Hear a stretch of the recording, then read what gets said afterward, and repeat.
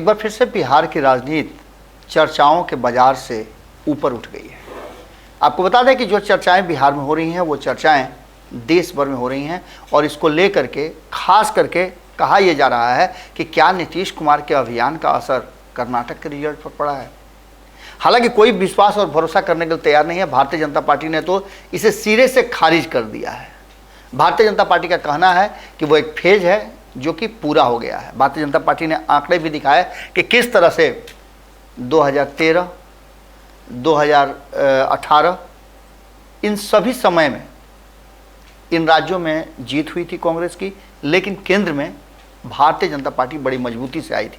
2014 से भी प्रचंड बहुमत आया था 2019 में। इन सारी बातों को लेकर के भारतीय जनता पार्टी पूरी तरह से कैलकुलेटेड तरीके से अपना काम शुरू कर चुकी है। 2014 वाला जो समीकरण है उसे फिर से 2024 के लिए तैयार कर रही है। हालांकि 2019 में समीकरण बहुत बदले थे जिसकी चर्चा हम आपको कर चुके हैं और अब भारतीय जनता पार्टी का फोकस जो है वो ये है कि 2024 में 2015 का रिपीट न हो जाए। इसी को लेकर के भारतीय जनता पार्टी अपनी स्ट्रेटजी बना रही है। लेकिन इन सब में सबसे महत्वपूर्ण बात जो है वो ये है कि कहीं ना कहीं भारतीय जनता पार्टी ने जिन लोगों पर दांव खेला है वो पूरी तरह से एक्टिव हो गए हैं।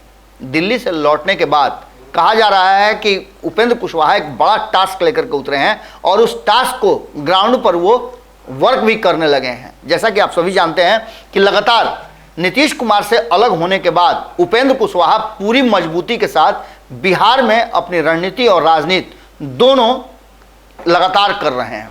एक तरफ जहां वो अपने संगठन को मजबूत कर रहे हैं, वहीं अपनी कार्यकारिणी में भी लोगों को जोड़ रहे हैं। प्रवक्ताओं की लिस्ट जारी हो गई, अध्यक्ष उपाध्यक्ष की लिस्ट जारी हो गई और इन सब के साथ साथ अब जिलाध्यक्षों की लिस्ट जारी करने की तैयारी चल रही है। लेकिन इन सब के बाद जो लगातार ग्राउंड वर्क कर रहे हैं उपेंद्र कुशवाहा, वो कहीं ना कहीं मुश्किल भरा हो सकता है आने वाले समय में जनता दल यूनाइटेड के लिए। जनता दल यूनाइटेड में एक तरफ जहां इस बात को लेकर के अब जबरदस्त भीतर ही भीतर गहमागहमी है कि आखिर आगे क्या होने वाला है। क्या नीतीश कुमार लालू प्रसाद के साथ रह करके बाकी के जो लोग वर्षों से वेट कर रहे हैं, जो वर्तमान में विधायक हैं या सांसद हैं, उनके साथ न्याय हो पाएगा? ये सारे उधेड़-बुन चल ही रहे हैं। उसी बीच में भारतीय जनता पार्टी ने एक टास्क जो है वो उपेंद्र कुशवाहा को दे दिया है और ये टास्क 2014, 2015, 2019 और 2020 इन 4 सालों के रिजल्ट पर आधारित है। इन रिजल्टों में आपने देखा होगा कि किस तरह से नीतीश कुमार लौकुश समीकरण के वोट के साथ जो उनका कोर वोटर है उसको लेकर के 13, 14, 15% तक अपने पास लाते रहे हैं। हमने आपको गेम समझाइए में बताया था एपिसोड में कि किस तरह से नीतीश कुमार 15 से 16% वोट लेकर के आते हैं और ये वोट उनके लिए फायदेमंद हो जाता है। इसी के आधार पर वो पिछले 18 वर्षों से दोनों ही खेमे को अपने तरफ झुका करके रखते हैं और खुद मुख्यमंत्री बनकर के पीछे पीछे उनको चलने के लिए मजबूर करते हैं। लेकिन इस बार परिस्थितियां बदलने की पूरी कोशिश भारतीय जनता पार्टी कर रही है। हमने आपको बताया भी था कि भारतीय जनता पार्टी का जो फर्स्ट लाइन था उसको पूरी तरह से विराम दे दिया गया है। सक्रिय राजनीति में उन लोगों की अब धीरे धीरे कहा जा रहा है कि समाप्ति होनी शुरू हो चुकी है। मार्गदर्शक मंडल का एक बड़ा आप जानते ही हैं कि विंग है जिसमें ऐसे नेताओं को जो बुजुर्ग हो गए हैं, वरिष्ठ हो गए हैं, उन लोगों को शिफ्ट कर दिया जाता है और युवाओं को स्थान दिया जाता है। इसके साथ साथ भारतीय जनता पार्टी ने अपना एंगल भी सीधा कर दिया है कि वो अब नीतीश कुमार के साथ कोई समझौता नहीं करना चाहती है। यही कारण है कि सम्राट चौधरी जैसे मुखर नेता को उसने प्रदेश की जिम्मेवारी सौंपी है, जो लगातार चाहे नीतीश कुमार हों, लालू प्रसाद हों या किसी के बारे में भी आप देखते होंगे कि वो बड़ी सटीक और बड़ी कड़े शब्दों में अपनी बात रखते हैं। इसके पीछे की रणनीति और राजनीति क्या है? भारतीय जनता पार्टी ने जब आउट ऑफ द बॉक्स होकर के सम्राट चौधरी के हाथ में कमान दी है, क्योंकि भारतीय जनता पार्टी की प्रकृति ऐसी नहीं रही है कि वो दूसरे दल से आए हुए नेताओं को बड़ी जिम्मेवारी दे, लेकिन सम्राट चौधरी सबसे अलग नजर आ रहे हैं। सम्राट चौधरी ने अपना अभियान शुरू कर दिया है। तो वहीं आपको बता दें कि उपेंद्र कुशवाहा भी इस अभियान का एक बड़ा हिस्सा बन गए हैं और सम्राट चौधरी को जहां यह जिम्मेवारी दी गई है कि वो नीतीश कुमार से सीधे निपटें अलग स्तर पर, तो वहीं वोट के स्तर पर निपटने की जिम्मेवारी उपेंद्र कुशवाहा को दी गई है। आपको पता है कि उपेंद्र कुशवाहा जमीनी नेता हैं और अपने समाज में उनकी पकड़ जबरदस्त है।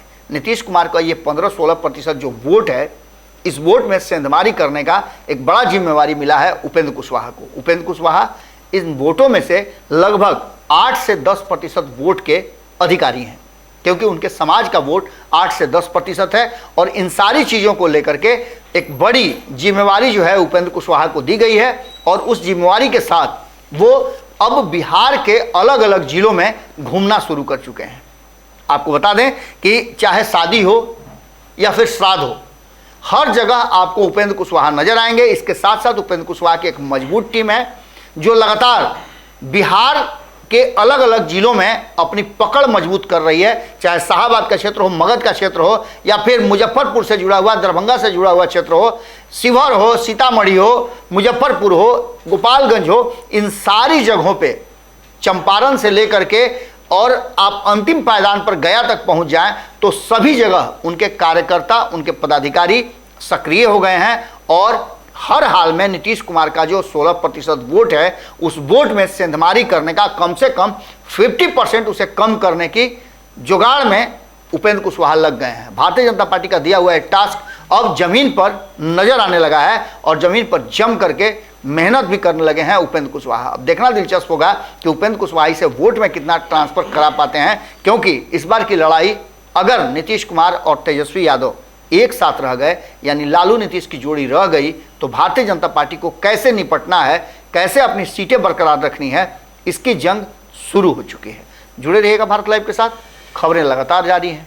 बहुत बहुत धन्यवाद। अगर ये वीडियो पसंद आई और वह बिहार के राजनीति और बिहारियत से सरोकार रखेनी तो सब्सक्राइब बटन दबा के चैनल के सब्सक्राइब कर ली। ओजे एगो घंटी बा, ओकरा बटन दबा देला से कुल सटीक और मारक खबर रुआ मुफ्त में मिल जाई।